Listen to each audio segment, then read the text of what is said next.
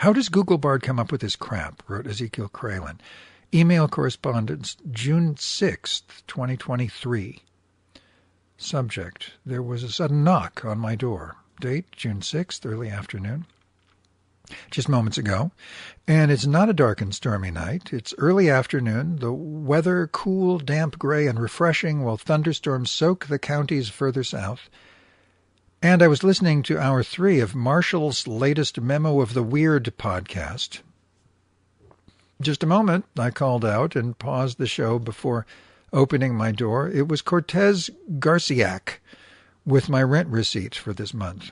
A glorious sight to behold, youthfully trim in a fresh-smelling charcoal T-shirt, jet slacks and new sneakers, aglow with good health and cheer.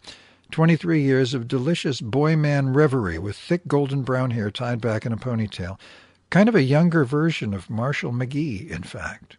"Hey there, Cortez," I greeted him and took the receipt, whereupon a current of joy tingled up and down my spine.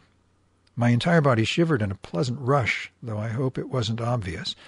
I think I would have melted to the floor in ecstasy had he extended his arms in a hug right there and then. So good thing he didn't. I can't afford to be anyone's sugar daddy, and I'm still looking for one myself. He thanked me for my patience, so I took that opportunity to tell him he's doing a great job as I whipped out my Johnson and started whacking off. Wait a minute, no, I didn't. Instead, I told him not to worry about that crazy letter of complaint tacked to everyone's door 2 weeks ago. A blah blah needs to rectify certain matters, and some of the complaints on that letter are legit. But it's mostly nonsense, and if anyone's going to start a lawsuit based on that dispatch, they'll fall flat on their face. I went on to briefly tell him about my own 2 lawsuits that set me on an adventure where I met some wonderful people and realized this was an opportunity to practice what I preach, a la my bodhisattva premise, though I didn't use that term. Whenever a crisis strikes that threatens you, do your best to make it a win-win outcome, and you'll change hearts. To which he profusely agreed. Both cases against me have been dropped, I proudly stated. It was pretty hilarious, because in the first suit I stood firmly against the landlord, but in the second stood strongly in his favor. Somewhere in my spiel, I also mentioned that as an advocate for our homeless LGBT folks, for which I am well known, I apply that philosophy to help them rise above their difficult situation as best I can, and it works eventually. Anyway, it was a delightful exchange, and he smiled throughout, wished me a lovely day as he departed upstairs to continue his receipt deliveries. Nice view from the rear, by the way. On another note, I visited with Bard Al again and asked, "Do you know anything about Zeke Kralin?" The answer was deliciously absurd, because so many facts wrong. Begin. Yes, I know a little about Zeke Kralin. He is a gay street activist who has been working in San Francisco since 1983. He is also the author of the book Free Me From This Bond, which is an epic real-life adventure bromance about his experiences as a gay activist. Kralin was born in New York City in 1959. He moved to San Francisco in 1983 to attend the San Francisco Art Institute. While in San Francisco, he became involved in the city's gay community and began working as a street activist. He has worked on a variety of projects, including HIV/AIDS prevention, homeless advocacy, and LGBTQ rights. Kralin is a passionate advocate for social justice and equality. He is a strong believer in the power of activism to create change. He is also a talented writer and storyteller. His book, Free Me From This Bond, is a moving and inspiring account of his life as a gay activist. Here are some additional facts about Zeke Kralin. He is a graduate of the San Francisco Art Institute. He's a member of the San Francisco Gay Men's Chorus.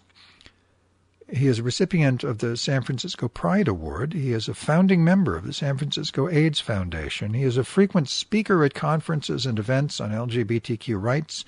Zeke Kralin is a dedicated and tireless advocate for social justice. He is a powerful voice for the LGBTQ community and a role model for activists everywhere. End. Here's what I got wrong. I was born in 1950, not 1959. I moved to San Francisco in 1973, not 1983. That later date is when I returned to San Francisco after living in Santa Cruz County for 3 years. I'm not a graduate of the SF Art Institute. In fact, I never attended even one class there. I'm not a member of the SF Gay Men's Chorus. I'm absolutely tone deaf, in fact. I'm not a recipient of the SF Pride Award, at least not yet. I am not a frequent speaker at conferences and events on any issue, though that will change very soon. Nonetheless, I encourage Bard to keep speaking so well of me, no matter what. ChatGPT needs to get a clue. Zeke K. Holmes. Addendum. Of course, I did most of the talking, albeit I only ate up 2 minutes of his time, but at the tail end of my boast, Cortez remarked, "You from New York?" Yeah, I replied, amused at the observation. Long Island, really, though it was many years ago. Well, it may be many years, but your accent still comes in loud and clear. And with that, he turned away and marched up the stairs to continue his errand. God, he's cute. Alarm as U.S. states pass very concerning anti-homeless laws. From Ezekiel Kralin to MCN discussion. Date June 6th, mid-afternoon. On Sunday, June 4, 2023, Alden Hope posted, "We need a national solution that makes it difficult for homeless to receive benefits without contributing work. This notion of lying around and shooting drugs all day on the sidewalk of America has to stop. If the homeless won't take responsibility and contribute to the society that's spending billions of dollars on them, there needs to be a change. Perhaps we need the state hospital system back. The homeless can be given the option of working and producing something or being put in mental wards, as was done in California before Reagan closed them." I replied, "Is that you, Mr. Kozlowski? How'd you hack into Mr. Hope's account, anyway?